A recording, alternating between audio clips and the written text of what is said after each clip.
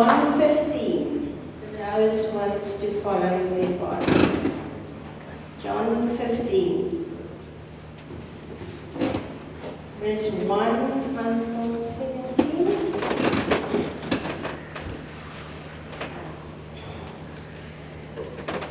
Verse 1.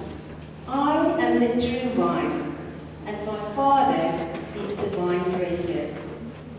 Every branch in me that does not bear fruit, he takes away, and every branch that bears fruit, he prunes, that it may bear more fruit.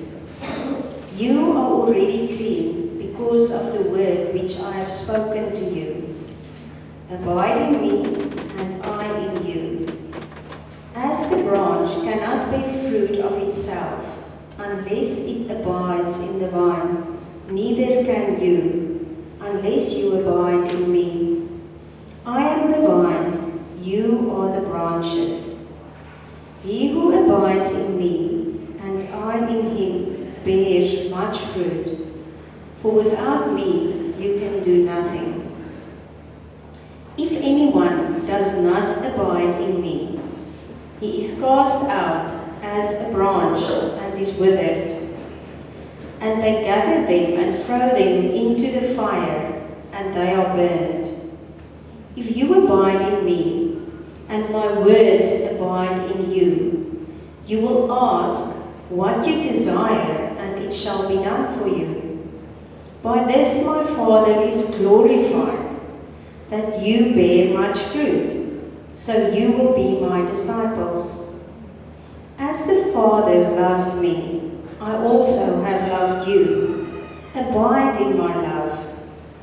If you keep my commandments, you will abide in my love, just as I have kept my Father's commandments and abide in his love. These things I have spoken to you, that my joy may remain in you, and that your joy may be full. This is my commandment, that you love one another as I have loved you. Greater love has no one than this, than to lay down one's life for his friends. You are my friends if you do whatever I command you. No longer do I call you servants, for a servant does not know what his master is doing.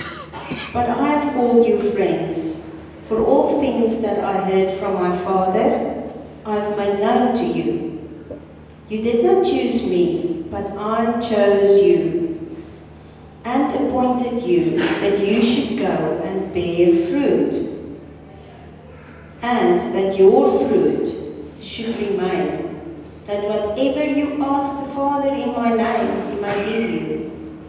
These things I command you, that you love one another.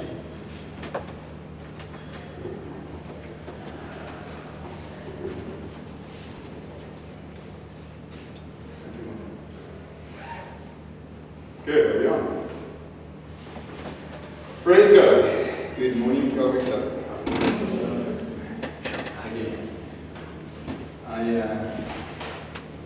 So we're going to speak a little bit about abiding.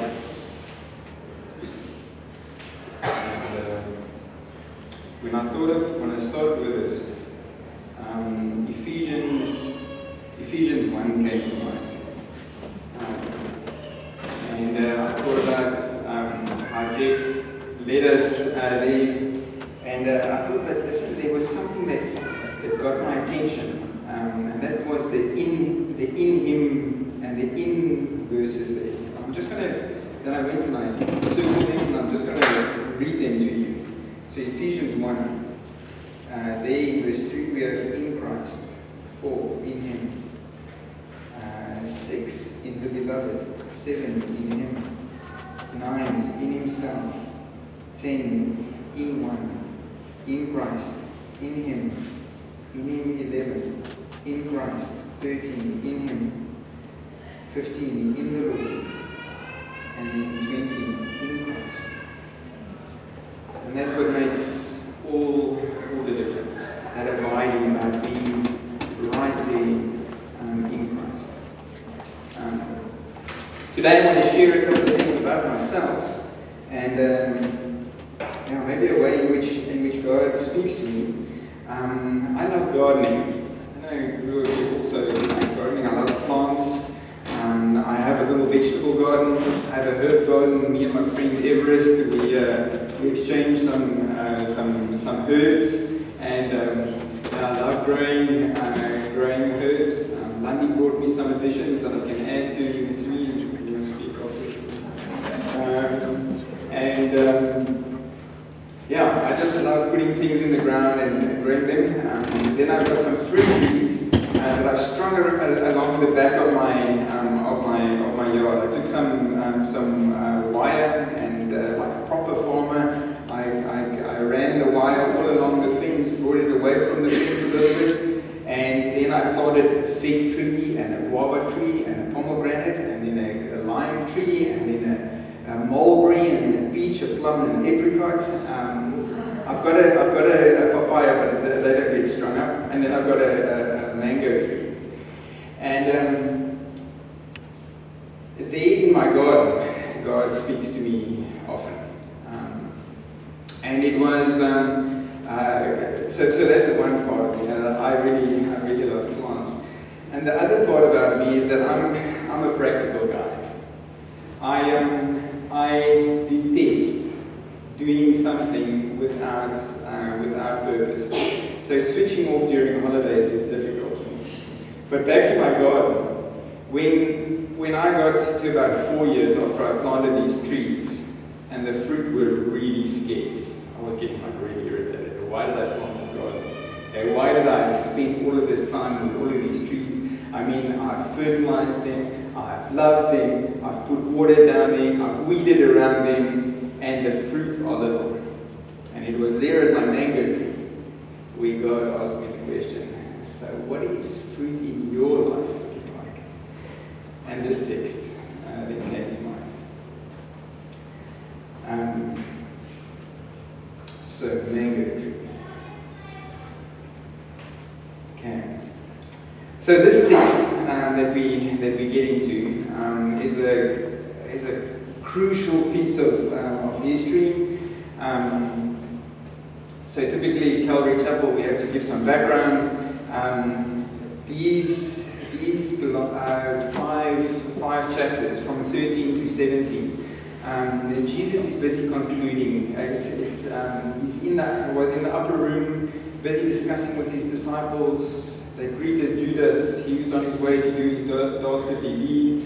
And Jesus engaging them. He was telling them he's leaving. Okay, he's going to send his Spirit, and his Spirit will be there with them. And they are going from in the 14. They're just busy leaving the upper room, and they're on their way to the Mount of Olives and the Garden of Gethsemane, and they're on their way there. Okay, so it's Passover, and during Passover it's full moon, and the temple gates are always open 24/7 during Passover, during that week. And they are about to, they should, and here we speculating, they should pass the temple on their way. If they think about where the upper room was and where they will be going, this is more or less where they'll be going. Now, as they pass the temple, there's a couple of things that they would have noticed that everyone noticed when they go to the temple. The one was that on the doors and on the inside wall, and I didn't know this, there was a massive golden grapevines with golden bunches of grapes on them. And as a special offering, apparently David Pawson in one of these sermons said, as a special offering, you could make a golden grape and have that golden grape added to that cluster of grapes that was hanging there. And so legend has it that, and we see it from the Bible, that the grapevine was always associated with Israel. Okay? Ever since Joshua and Caleb came with the 10 spies with that big bunch of grapes on their shoulders, and they were walking out, they associated the grapevine with Israel. So the disciples are passing there. Moon is shining down. They're passing the temple. And that golden bunch of grapes would have been pretty shiny. Okay? That would have really drawn their attention, shining out. And that's where Jesus launches into this piece. And Jesus says, I am the true vine, and my Father is the vine dresser. Every branch in me that does not bear fruit, he takes away. And every branch that bears fruit, he prunes, that it may bear more fruit. And Jesus is the center of our faith. I've demonstrated it in here a couple of times, that we want to draw all attention to Jesus. Okay? Nothing should take attention away from the Christ, our Lord. Okay? He is the door. He is the way that we live. He is the truth. And He is the way in which we walk. Okay? Jesus is the Christ. We want to touch into Him. We want to stay with Him. And it is when we are linked into Him that we produce love. Love, joy, peace, long-suffering, and then the nesses, and the goodness, kindness, faithfulness, and gentleness, and self-control. Okay, that's the fruit that Jesus, that God wants. And when God plants His vineyard, it's for that purpose. I can identify with God. God is very intentional, very practical. He wants fruit from whatever He does. He plants His vine, and He wants fruit. And they will be the proof that these fruits, they are the proof that we are His disciples. No fruit, not a disciple. And I think the world often looks at the church and much clearer knows who are the disciples of Christ and who just wears the label of a Christian. Okay. Another thing that we get from that section is that we can learn a lot about Israel. God absolutely used Israel as an example of the way that He wants to work and interact with people. But Israel is not the vine. We should be very clear about that. Israel is not the vine. Christ is the vine. And it's a bit of a mini teaching. We probably all have friends that to one extent or another go into the teachings of Israel and want to seriously go into the feasts and examples and the cultures and the way that they live. But be careful. Israel is not the vine. We don't want to tap into Israel. We want to tap into Christ. It points us. Israel points us there. It is a means through which we've learned to know Christ. But Israel is not the vine. Christ is the vine. God is the vine dresser, the vinter. That's a new word that I learned yesterday. A vine dresser, a wine grower is called a vinter. Now the vinter, he planted the grapes, the vine, in order to get fruit, and he's very intentional about getting it because God loves fruit. Now my two boys, when they were growing up, literally from the time that they could start walking, when we were up in Mozambique, Machi had a little kitchen with a mud floor, and when they get up, I got up in the kitchen, they were eye level with this great bunch of bananas. We almost always had bananas there, different kinds. We had 9 kinds of bananas there. Yeah. So often we would see them coming up with their cheeks bulging with bananas, and for the road they had one in the left, in the right hand and one in the left hand. Okay, and they were back off, and they love fruit, and all kinds of fruit. But God in the same way, He loves fruit. And He loves to see that from our lives. That's the way, everything that He does with us is to form His Son in us and have the fruit that His Son bears come out through us.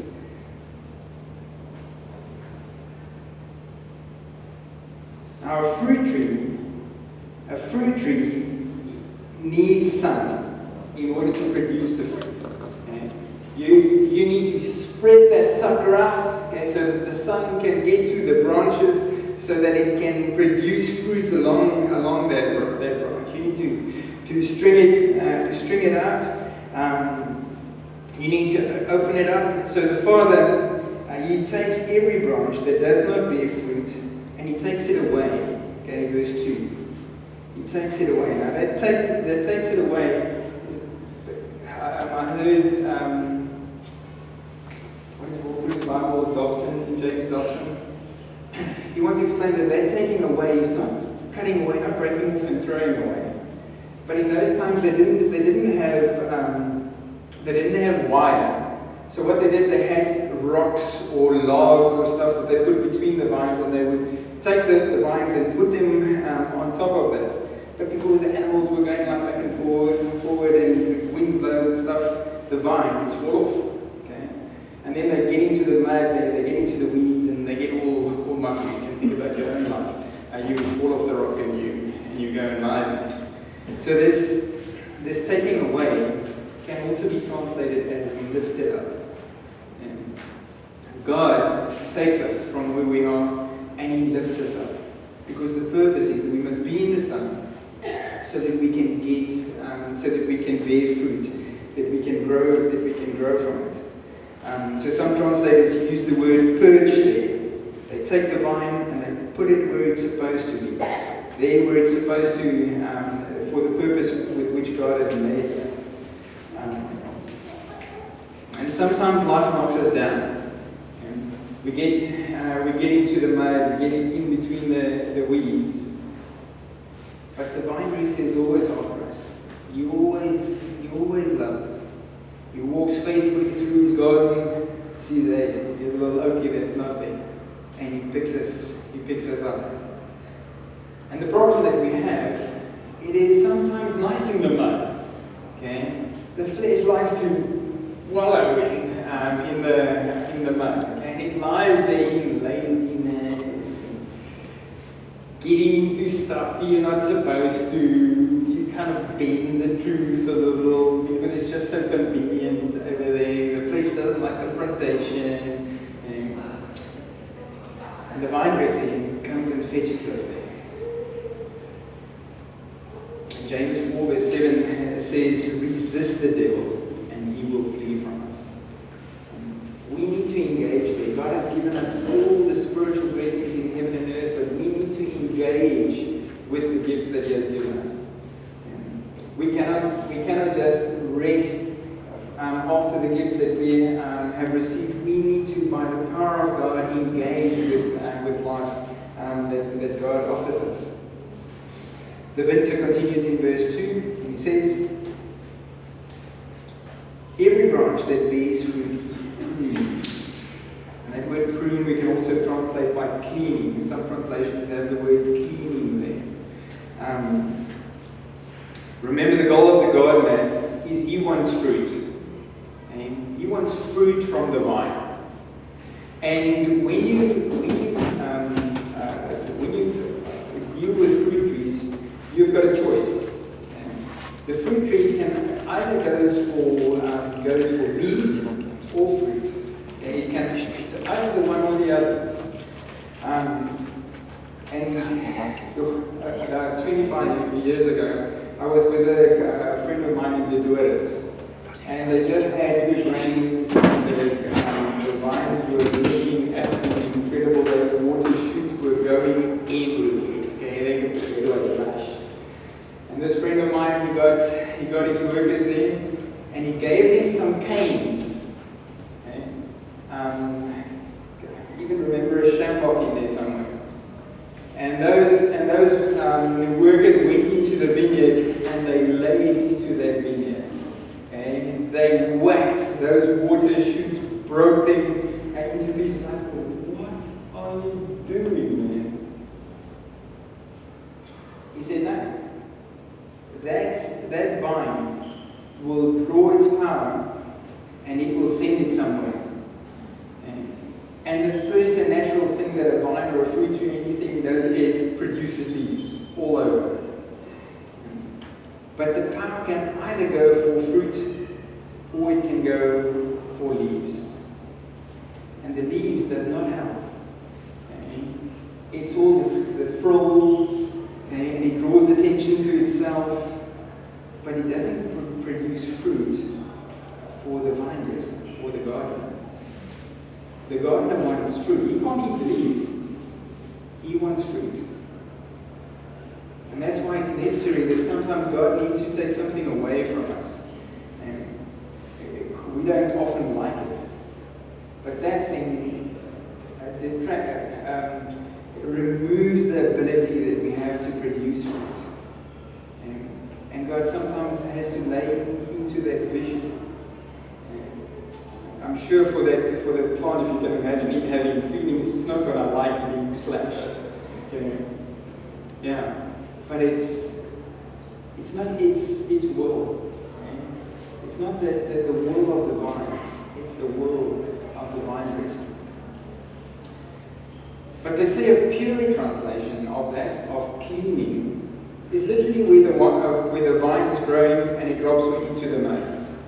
And the vine dresser would literally walk with a bucket, okay, back in this time. It would take that vine and it would wash off the mud, okay, so that it would be clean, so that the sun can get to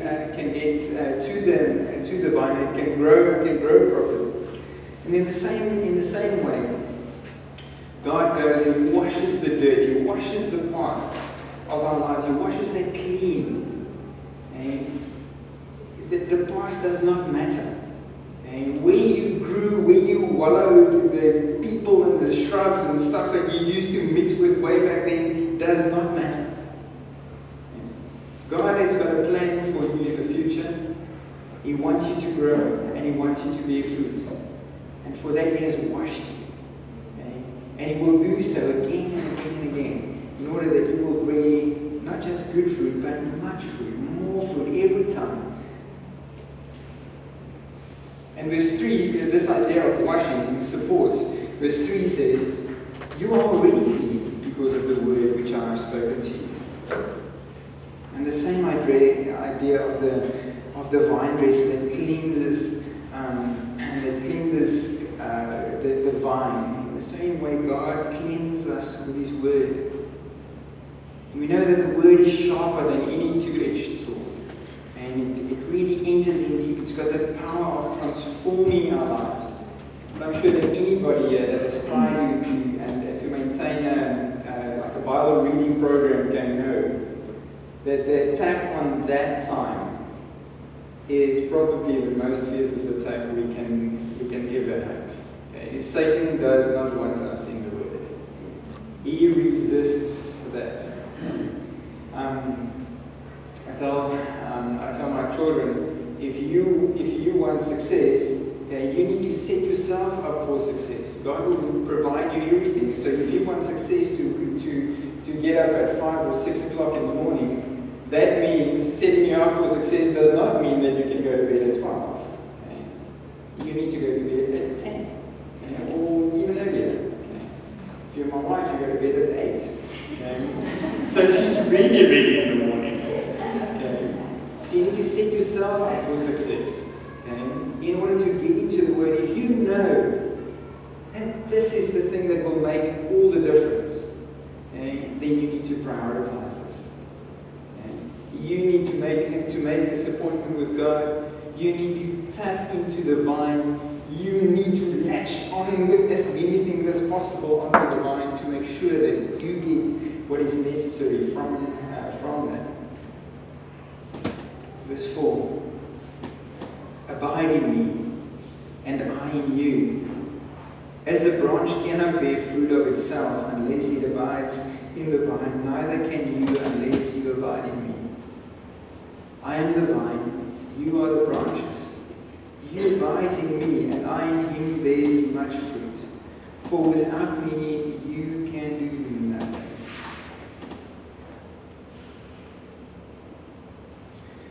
It is as we spend time with Jesus that the vine becomes more. That the branch becomes more like the vine. If you have grown a vine, you'll see in the beginning it is this empty water shoot. Okay, there's nothing in it. But as time passes, that water shoot turns to wood. It becomes like the vine. It is literally transformed to be like the thing it came out of.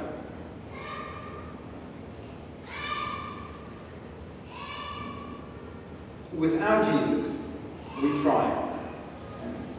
We grew up in church, most of us, and we try to be good people. We try to put the right foot forward. We try to do the right thing. We try to look like holy people. Believe me, I practiced. People go, glory, hallelujah. I look just like them. I put on the right face. It was so false. Okay? I was going for the fruit, okay, but I wasn't being tapped into the vine. And we can do a whole bunch of nice stuff. Okay? But we should know that whatever we do, whatever we produce, will be tested by fire. Okay? And it's only the pure gold that was produced from the will of God that will survive. And that will be true gift back to God. The word abide means to stay in. To abide and abode, that is to live with. We need Christ. We need to surround ourselves with people that will draw our attention back to Christ. We need to set up our families in such a way that our attention will be drawn back to Him. One of the amazing things for my boys being at varsity is there that we're surrounded by some good friends and listened to, and they have brought music back into our lives in a phenomenal way. Guys, there's worship out there that has got the ability to put you in the throne room because it is absolutely born from the heart of God. And I really want to encourage you to speak to young people about worship. And about what it is that they listen to. If you surround yourself with music, surround yourself with the Word of God, surround yourself with things and customs that draw your attention back to Christ. There's so many things in life that draw our attention to that. It's like with the vine. The vine that just kind of shoots out water shoots all over and gets and gets plastered full of leaves, draws attention to himself. That's the natural thing for flesh. That's a natural thing for humans. So we need to set up cultures. We need to submit the flesh to the will of God to draw our attention back to Him. Verse 6.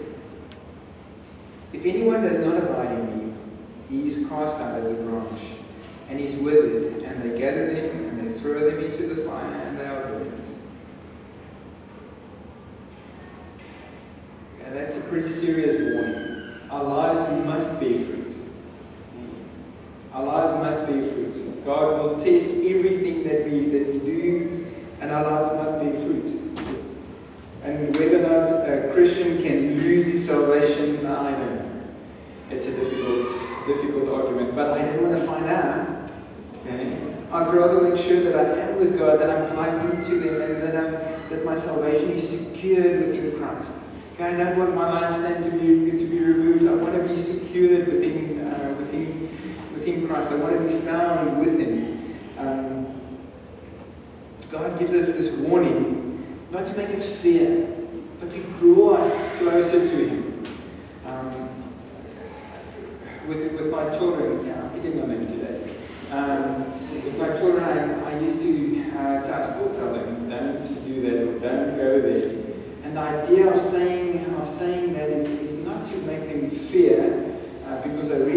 take them seriously. But the idea is to bring them back to me. It was one of the funny things, if you in love, discipline your children, I must confess that there were some times when I did spank them, I thought, oh, that was maybe a little too harsh. But confessed and prayed afterwards. And what blew my mind is after the spanking, without me asking for it, they would come and they would sit on my lap and they would hold me. I would look at them, I cried. And they would hold me. And that was the amazing thing. And after this discipline, the relationship was poof, it was restored. Okay? We were back together, back together again. Okay? Their backside still hurt and they couldn't sit comfortable on my lap. Okay? But the relationship was restored. Okay? And that's why God disciplines us. That's why He brings us into His love. Because He wants us with Him. Verse 7 says, if you abide in me, and my words abide in you, you will ask what you desire, and it shall be done for you. One of the biggest results of abiding is that we get answered prayer. And we get frustrated. Sometimes we feel our prayer is just kind of bouncing off the roof. We're not going anywhere with our faith. But Jesus gives us the promise that if we abide in Him, okay, what we ask we will get. And probably the biggest reason for that is if we abide in Him, we learn to know what His heart is, what His desire is, and what He wants from us. And obviously, if I ask then it comes. It was one of my most difficult lessons in love, is that if you love somebody, then if I want to show love to the missus, it does not necessarily mean that I give her what I want. I need to give her what she wants. Then I know what she needs, not what she needs. Okay? I can't just. It's like if I want to show I love her, I want to go and give her a hug. Okay? But then I was lazy and I didn't do what the two of us agreed on. Now I want to go and restore the relationship with a hug. It's not going to do it. Okay? I need to get off my backside and go and fix what we agreed to do. Okay? Park my laziness, and then the relationship will be restored. Going to do what I promised, okay, and then showing love. Okay. Sometimes I would walk into the room and I would feel there's like a cold shoulder. Okay? No, it's good. And that would be because something strange in the relationship, and that's mostly me, that didn't do what I committed to. But the same thing is with God. The relationship between me and God also gets strained. And I don't go into. I can also pick up the Bible and look like this thing where I'm not going to go. I'm just going through the motions here. But I'm not connecting with my friend. I'm not connecting with God.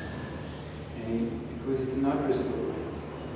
An amazing thing, we married for 22 years a week ago. And the amazing thing after this time is that you start anticipating. You start anticipating needs. Okay? Before she even wants it, I can give it to her. Okay? Or I can let her know, right, she's still thinking it, and I can vice versa. And it's the same thing with God. You can walk with God, you can talk with God, you can get into the relationship with God and stay there and abide there. Because I'm tuned to what His needs are and not mine. When I go to Him in prayer, it's not this to-do list and this checkbox list of what I need. Okay? I'm tuned to my Father and I'm worshiping my Father. And while I am there, I realize what it is that He needs. Maybe it's some long suffering. Maybe it's it's some self-control, maybe it's some kindness, maybe it's some gentleness with something that I really struggle. Okay. Those are fruit that He wants to produce within us.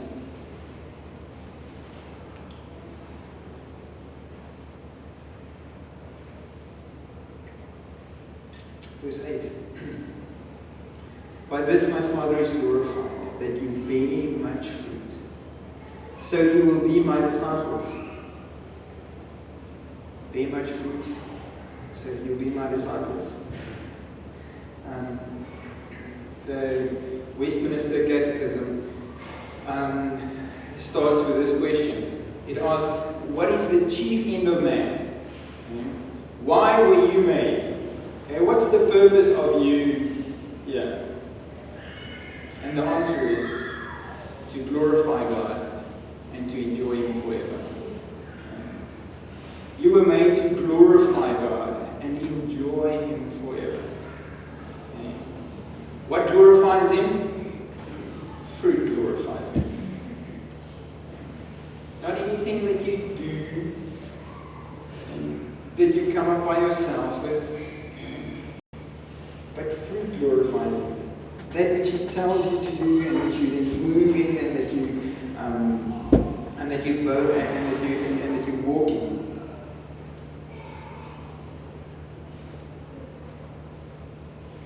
The funny thing about a vine is, well, what would be its purpose? If we said that the purpose of the vine is not necessarily to be covered in leaves, the purpose of the vine is to bear fruit.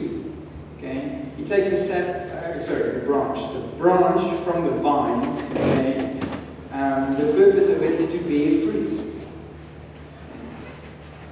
It simply carries the sap from here to there, and the fruit goes to the vine dresser.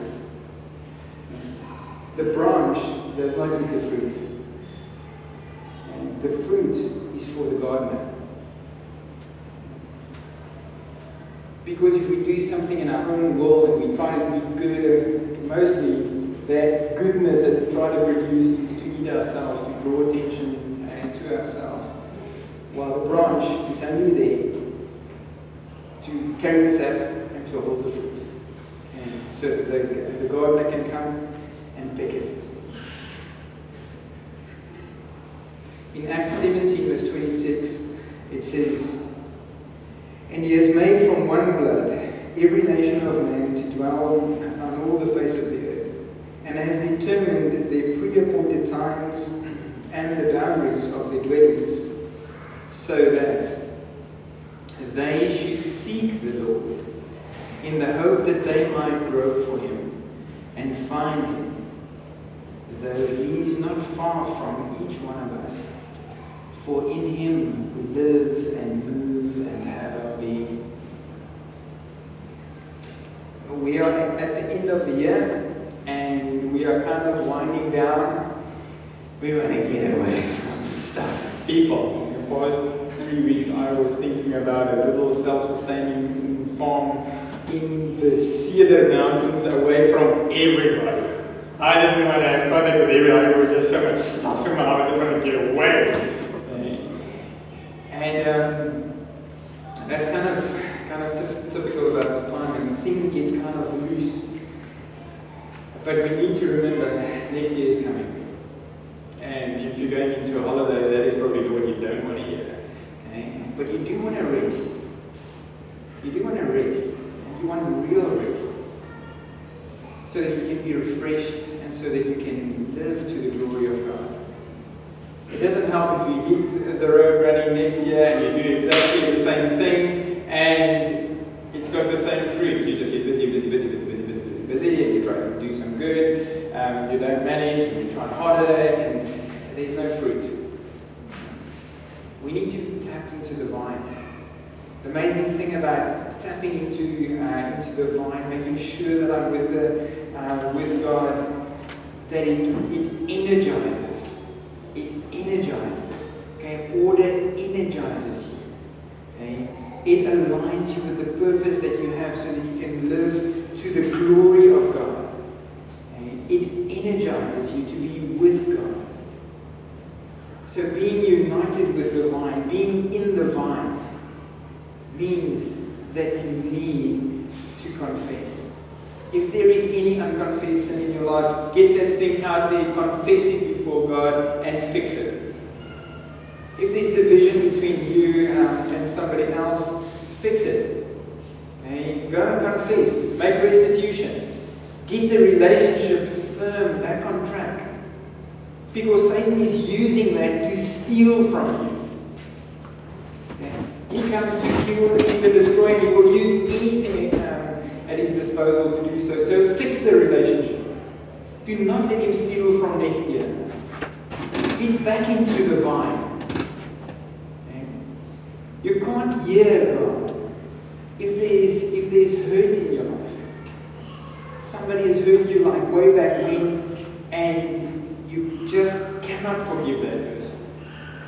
Have you heard that thing that bitterness is like drinking poison and hoping the other guy will die?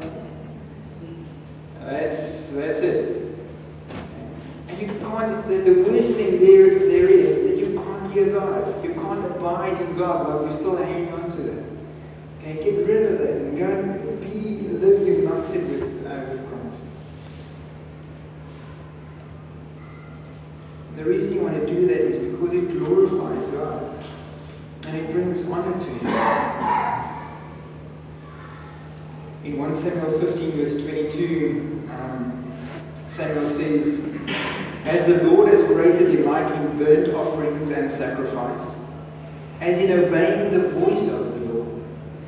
Behold, to obey is better than sacrifice, and to heed than the fat of rams." Let what you produce not be a burnt offering, okay? Not be burnt flesh. Okay? No one likes a braai where the griller has burnt the meat. Okay? But we do like that fragrant aroma as we come close to it. And God delights in that. He wants real food. He doesn't want our burnt offerings. So there's a sequence.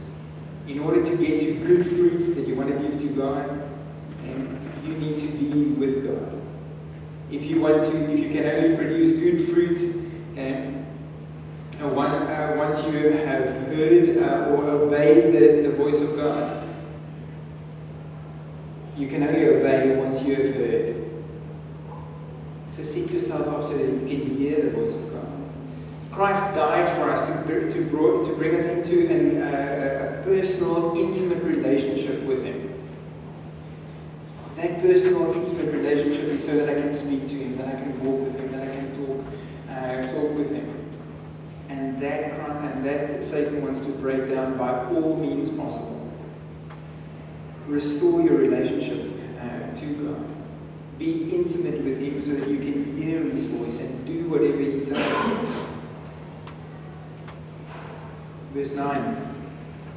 As the Father loved me, I also have loved you. Abide in my love. If you keep my commandment, you will abide in my love, just as I have kept my Father's commandment and abide in His love.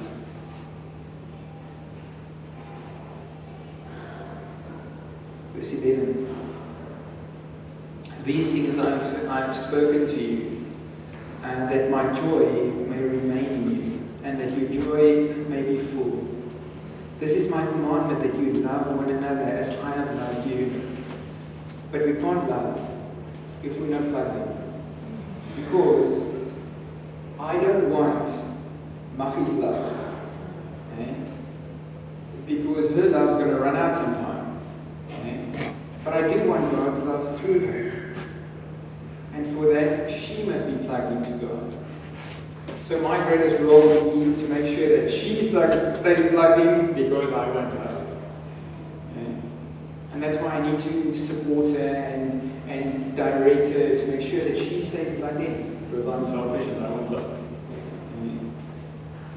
Okay? But vice versa.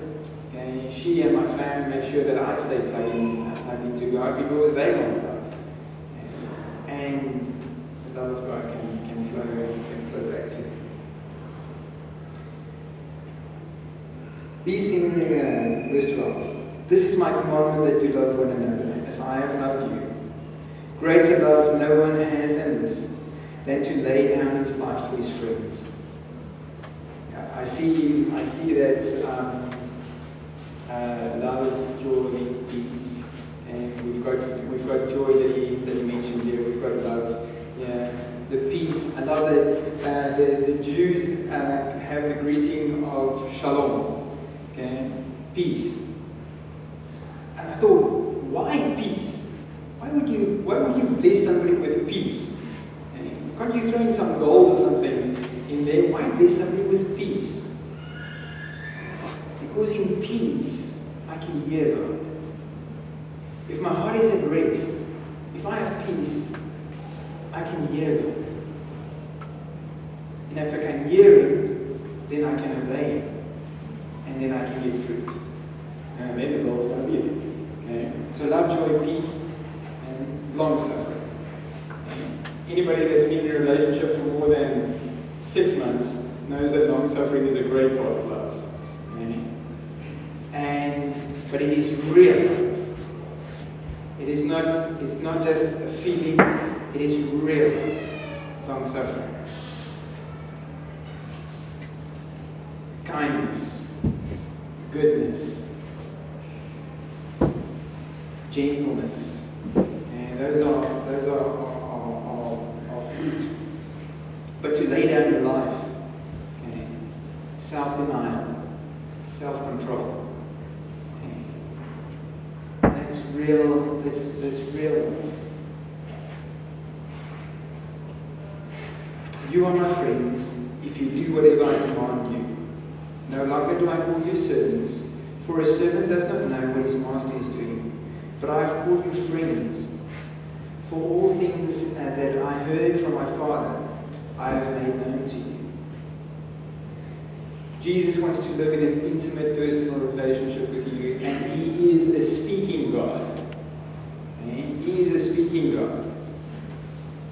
But He's not going to tell you the next thing until while you are hardening your heart about what He's speaking to you now.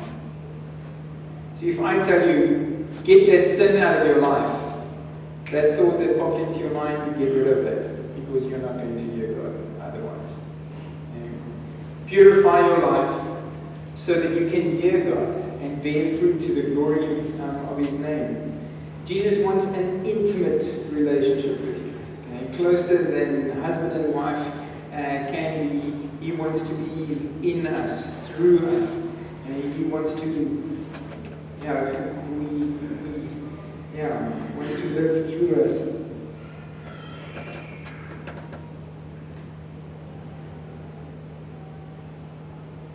You did not choose me, but I chose you, and appointed you that you should go and bear fruit, and that your fruit should remain, that whatever you ask the Father, He may give you. These things I command you, that you love one another. It's my prayer that during this holiday that you will strengthen your relationship with God, that you think about ways in which you can do that. There are many resources over and above the Bible. Okay? Get your reading program in place. Make sure you get in the Word often. Make that holiday. Okay? Don't just switch off. Junk will be coming in. Make sure that you get to God, that you get plugged into Him, so that next year you can live in an abundance, and that you can have life and life abundantly, because you plugged into Christ and plugged into God. We're going to have communion now. And as you have communion, remember that God gave us communion as an example and as a symbol of Him unifying with us, of us taking His flesh, of us taking His blood and making it our own, of applying it to our lives. Because He wants to produce bread in our lives. That our lives can also be torn for those around us. That our lives can also be a poured out sacrifice for those around us.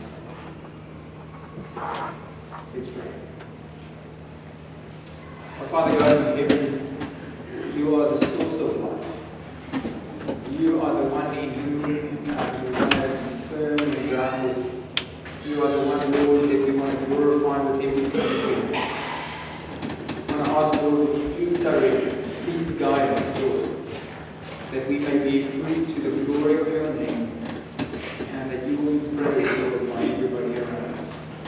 I pray this in Jesus' name.